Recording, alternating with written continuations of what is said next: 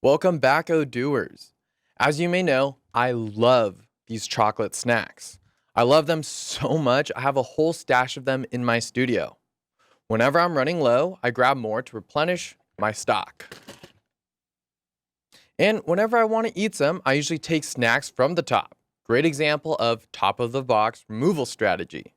But because some of the snacks at the bottom rarely get picked, I occasionally have snacks that go past the expiration date.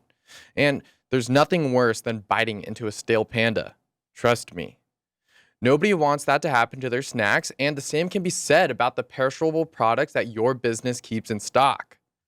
Today, we'll explore the solution to this problem, the first expired, first out, aka FEFO removal strategy, which is one of the 5 strategies of taking your products out of stock. When using FEFO, Odoo keeps track of the expiration dates of each product and chooses the ones that will expire soonest to be picked first.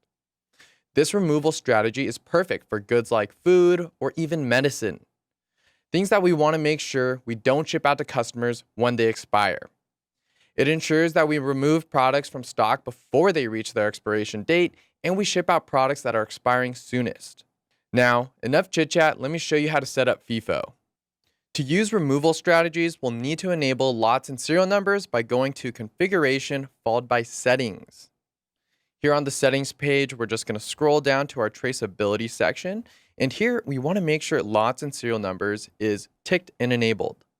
This feature helps us track product information for all products within a specific lot or serial number to distinguish identical products from one another. Here, we also want to make sure we have expiration dates enabled for detailed tracking of expiration, best before, and removal dates. Now, this feature won't appear unless you have lots and serial numbers enabled, so make sure to click Save if you don't have that enabled yet. With those settings in place, I'll now configure expiration dates for our beloved Choco Snack. To do that, I'm going to click Products at the top, followed by Products once again, and then click on our Choco Snack. Next, we'll make sure our product is tracked by lots.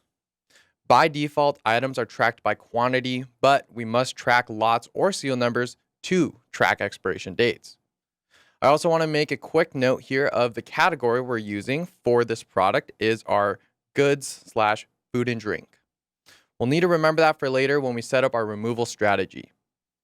Now, to manage how expiration dates are handled by default, let's open up our inventory tab. And then here, we just need to enable the checkbox for expiration date. When we do, we see a list of dates appear. Now, the FIFO removal method will pick the product with the soonest removal date first. The removal date set by the user on the product is a certain number of days before the product's expiration date on which the product must be removed from stock. And here we can see that this is currently set to 90 days before the expiration date, which means my customers have 3 months or more to eat the Choco Snack before it expires. For more information on the removal date and other dates in this list, refer to our expiration dates video. So in our database, we can track the expiration dates of our Choco Snacks by going up to the product subheading and clicking on lots and serial numbers. In the search bar, we'll remove the location filter and add our product group by function. Then we'll expand the Choco Snack list here so we can see all the lots that are assigned to this product. To view the expiration dates, there are a few additional options we need to enable on this report. So we'll click on the additional options menu, and then here we'll add the removal date, expiration date, as well as on-hand quantity. This adds columns to the report, providing a quick overview of upcoming expirations and quantities. The removal date tells us which date the product should be removed from stock with the FIFO strategy, selecting the earliest date. In this case, we have lot 1 indicating the removal date is September 4th. We can also directly modify the expiration date by clicking on the exact lot itself and then clicking on the expiration field. Then in the expiration date field, if we were to change the expiration date to something like last year,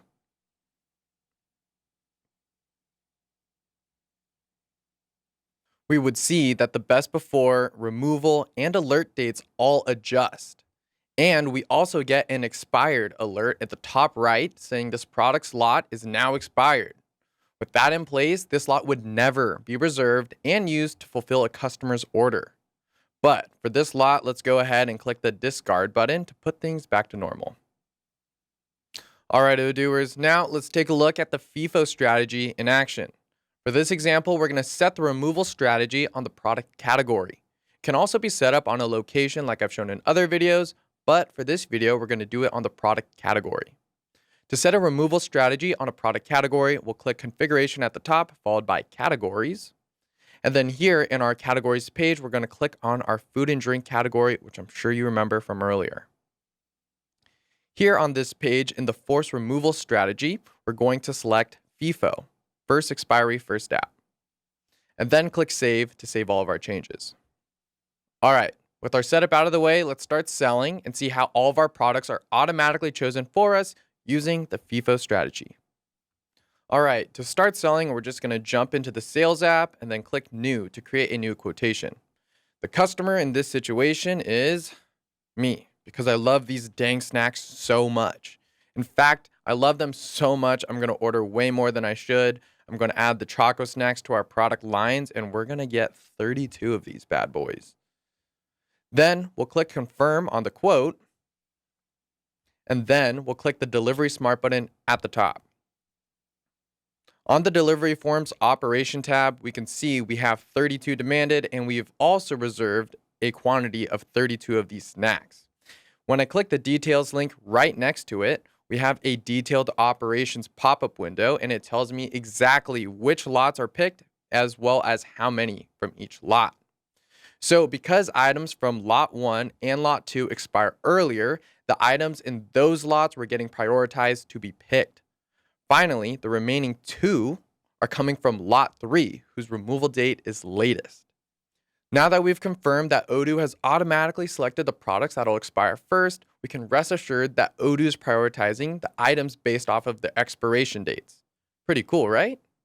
And there you have it, folks. With some simple setup, you Odooers can get products off the shelves well before they reach expiration dates. To learn more about the other 4 removal strategies, check out our other videos, and until then, I'll see you next time.